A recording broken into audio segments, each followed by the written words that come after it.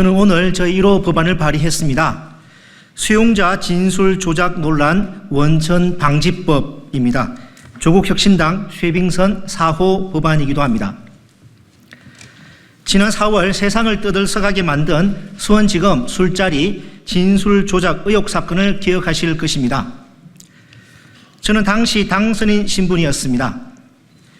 그 사건의 근본적인 원인은 검찰에게 있다고 지적했습니다.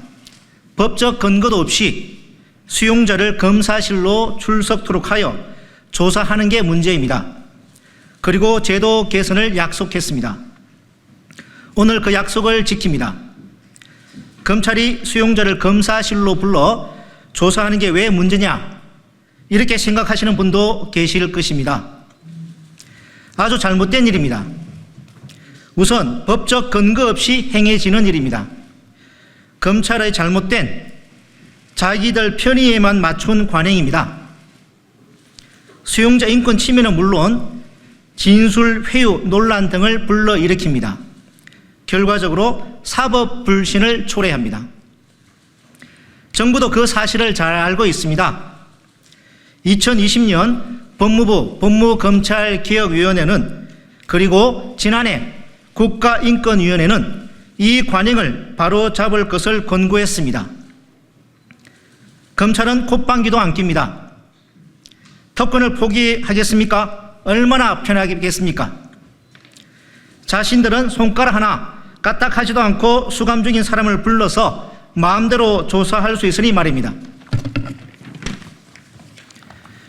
이런 잘못된 관행은 수치로도 증명됩니다. 올해 발간된 교정통계연보에 나옵니다. 지난해 검찰이 수용자를 검사실로 불러 조사한 건수는 43,481건에 달합니다. 전년 대비 8,790건 늘었습니다. 같은 기간 경찰이 교정시설을 방문하여 조사한 건수는 58,881건입니다. 이는 수사기관 간의 형평성에도 맞지 않습니다.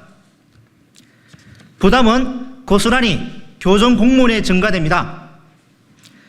수용자 1명당 2~3명의 교정공무원들이 호송개호해야 합니다. 교정공무원은 검찰청 직원이 아닙니다. 검사의 부하도 아닙니다. 그런데도 높으신 검사님들 수발을 들다시피 하는 것입니다. 더 큰 문제가 있습니다. 수용자 인권 침해와 진술 회유 논란입니다. 수감된 곳이 아니라 검사 사무실로 불러 조사를 하면서 당연하게 따라붙는 문제입니다. 6월 3일 더불어민주당은 수원지검 술자리 진술 조작 의혹 사건의 진상규명을 위한 법안을 발의했습니다. 사건 자체의 진상을 규명하기 위한 조치도 필요합니다. 그러나 근본적 문제를 뿌리 뽑고 사법 신뢰를 높이기 위해 형집행법을 반드시 개정해야 한다는 말씀을 드립니다. 이것이 형집행법 개정안을 발의한 이유입니다. 개정안의 내용에 대해 설명드리겠습니다. 개정안은 형집행법 제4조 2를 신설합니다. 다음과 같은 내용을 담았습니다.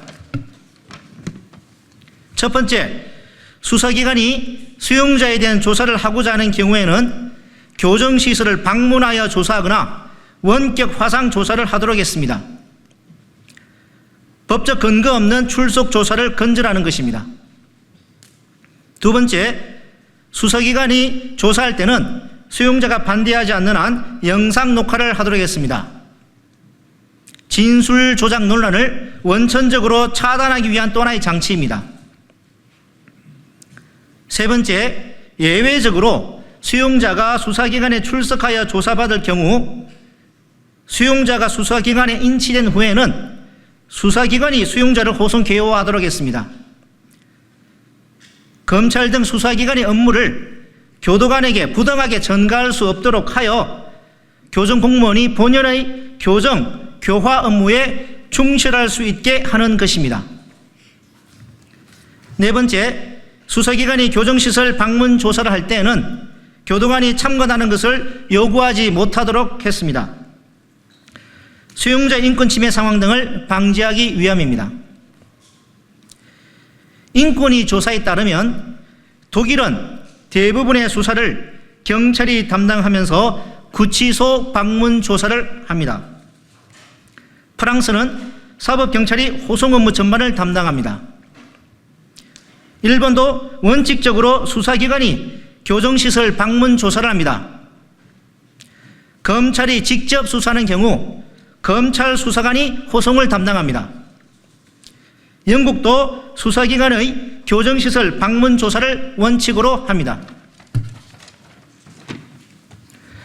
오늘 발의한 일명 수용자 진술조작 논란 원천 방지법인 형집행법 개정안이 빠른 시일 내에 통과되어 검찰의 특권에 따른 잘못된 출석 조사 관행이 근절되고 사법 불신이 해소될 수 있기를 기대합니다.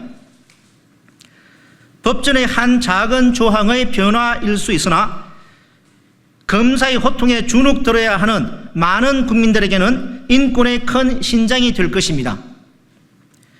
교정 공무원들은 본연의 교정 교화 업무에 충실할 수 있게 될 것입니다. 수사기관에 의한 수용자 진술 조작 논란과 같은 퇴행적이고 소모적인 사회적 논란이 다시는 발생하지 않을 것입니다. 저 차기구는 대표 발의한 의원으로서 법안이 통과될 수 있도록 최선을 다하겠습니다.